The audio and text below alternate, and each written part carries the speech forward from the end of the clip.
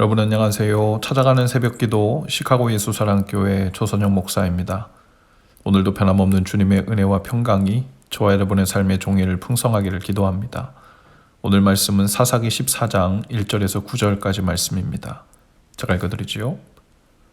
삼손이 딥나로 내려갔다가 딥나에 있는 어떤 블레셋 처녀를 보았다.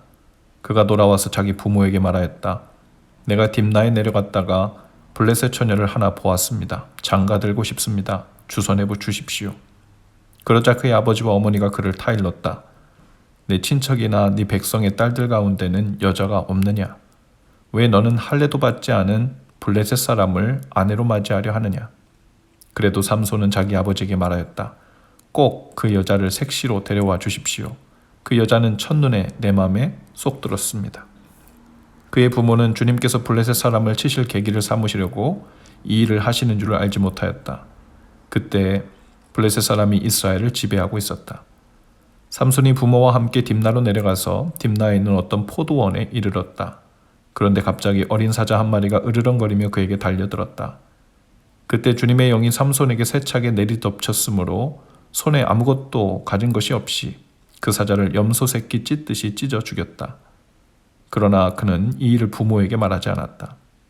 그는 그 여자에게로 내려가 그와 이야기를 나누었다. 삼손은 그 여자를 무척 좋아하였다. 얼마 뒤에 삼손은 그 여자를 아내로 맞으러 그곳으로 다시 가다가 길을 벗어나 자기가 죽인 사자가 있는 데로 가보았더니 그 죽은 사자의 주검에 벌떼가 있고 꿀이 고여 있었다. 그는 손으로 꿀을 좀 떠다가 걸어가면서 먹고 부모에게도 가져다 주었으나 그 꿀이 사자의 주검에서 떠온 것이라고는 말하지 않았다. 아멘.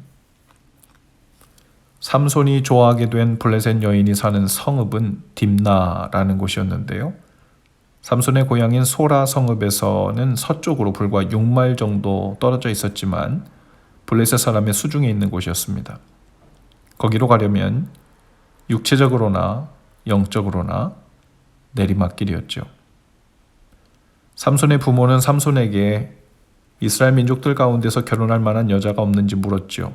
당시의 블레셋 사람들과의 통혼은 나실인으로서의 소명을 부인하는 일이었습니다. 1절에서 삼손은 그가 본 여자에 대해 말했습니다. 그저 한번 보고 눈에 들었다는 이유로 그 외에는 어떤 것도 알아보거나 고민하거나 기도하거나 하는 과정이 없었죠. 눈에 들었으니 자기 뜻대로 하고 싶은 거였습니다. 장가들고 싶다고 바로 조르기 시작했죠. 여기에서 당시 사사시대에 각 사람들이 하나님을 무시하고 그저 자기 소견에 옳은 대로 행했다고 표현된 그 이스라엘 민족 전체를 대표하는 일처럼 보입니다. 그러나 주님은 블레셋을 쫓아내시기 위해 삼손의 죄된 욕망까지도 사용하고 계셨죠. 4절에 보면 그의 아버지와 어머니는 지금 돌아가고 있는 일, 즉 삼손의 정욕까지도 사용하고 계시는 하나님의 뜻을 알지 못했다고 기록합니다. 하나님께서는 그분의 뜻을 결국 이루시겠지만 하나님을 무시하고 자기 소견에 옳은 대로 행한 자는 죄값을 치르고 말죠. 또 5절에 보면 삼손이 부모와 함께 딥나로 내려가다가 젊은 사자 한 마리가 삼손에게 달려든 사건이 있었는데요. 이 공격은 그가 포도 제품과는 모든 접촉을 피해야 했기 때문에 나실인으로서는 있어서는 안 되는 장소, 바로 딥나의 포도원에 왔을 때 일어났습니다. 하필 우연일까요? 그리고 이 타이밍에 갑자기 나타난 사자의 이야기는 어떤 의미일까요? 하나님이 주신 힘을 사용해 사자를 죽였기 때문에 대단하다, 역시 사사로서의 면모와 능력을 증명하고 있는 부분이야 라는 의미로 이해해야 할까요? 오히려 나실인으로서 있어서는 안 될 장소에 와 있는 삼손을 깨우치시려고 하나님이 보내신 것은 아닐까요? 하지만 삼손은 괴력으로 사자를 찢어 죽이고는 끝내 자신이 가고자 하는 길, 자신이 하고자 하는 일을 고집스럽게 진행하고 맙니다. 뿐만 아니죠. 8절에 보면 이렇게 기록합니다. 얼마 뒤에 삼손은 그 여자를 아내로 맞으러 그곳으로 다시 가다가 길을 벗어나 자기가 죽인 사자가 있는 데로 가보았더니 라고 했습니다. 삼손은 딥나로 다시 내려가다가 길에서 벗어나 자기가 죽인 사자가 있는 데로 갔다고 했어요. 지금 이방 여인을 만나러 가는 길도 하나님의 뜻을 벗어난 길이었는데 삼손은 아랑곳하지 않고 그 길에서도 더 잘못된 길로 들어섭니다. 바로 자신이 죽인 사자의 시체가 있는 길이었습니다. 나신인으로서 그는 시체에서 멀리 떨어져 있어야 했고 또 그래야 했지만 그는 의도적으로 사자의 시체를 보러 갔을 뿐만 아니라 그곳에서 꿀을 퍼냈다고 했습니다. 시체에서 꿀을 퍼내려면 시체를 만져야 하는데 시체를 가까이 하지도 만지지도 말아야 한다는 나실인으로서의 소명은 전혀 신경을 쓰지 않고 있는 것이었습니다. 여인을 향해서는 하나님을 무시하고 그저 본대로 반응했고 꿀을 보고는 역시 또 하나님을 무시하고 입맛이 도는 대로 닥치는 대로 행동한 겁니다. 거기에다가 삼손은 자신을 더럽혔을 뿐 아니라 꿀을 가져왔지만 그 출처를 알리지 않으므로 그의 부모도 죽은 시체에게서 나온 부정한 꿀을 먹여 더럽혔죠. 여기서 원어를 보면 하와가 아담에게 선악을 알게 하는 열매를 주었을 때와 같은 단어를 사용하고 있습니다.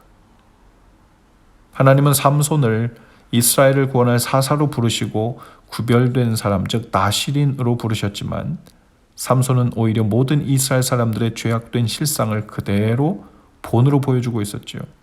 하나님을 무시하고 눈에 보기 좋은 대로, 입맛이 도는 대로, 자기 소견에 옳게 여기는 대로 거침없이 취하여 먹고 행동했습니다.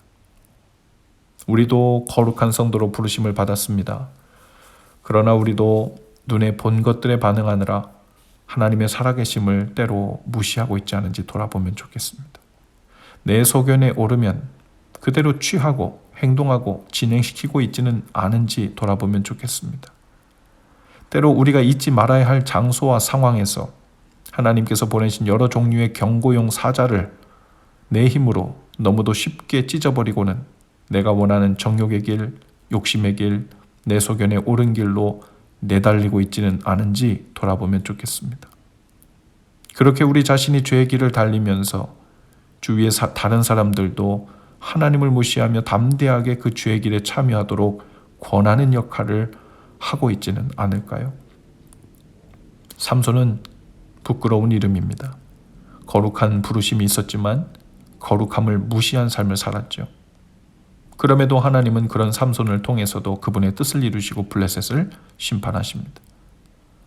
오늘 우리가 쓰임받고 있다면 그것은 우리가 거룩함으로의 부르심에 합당하게 응답하고 있어서가 아니라 우리의 죄악과 정욕을 따라 자기 의를 따라 살고 있음에도 불구하고 하나님께서 그분의 뜻을 이루시기 위해 그런 우리들도 사용하고 계신 것은 아닐까 참으로 두려운 마음이 듭니다. 우리 자신을 더욱 돌아보며 주님이 있으라 명하신 자리가 아닌 곳에 있진 않은지, 주님이 인도하시는 길이 아닌 죄의 길로 다니고 있진 않은지 돌아보면서 부르신 자리, 인도하신 길로 돌아가는 저와 여러분 다 되실 수 있기를 주님의 이름으로 축복합니다. 기도합시다. 주님, 오늘 저희 마음과 몸과 생각이 있어야 할 자리에 머물게 하옵소서. 자리와 길을 벗어나 죄의 길로, 하나님 없는 길로 그저 눈과 몸과 생각이 이끄는 대로 다니지 않게 하시고 성령님의 이끄심을 따라 생각하고 분별하며 선택하며 다니는 날 되게 하옵소서. 예수님 이름으로 기도합니다. 아멘. 여러분 오늘도 예수 사랑으로 화이팅입니다. 내일 아침에 다시 찾아뵙지요.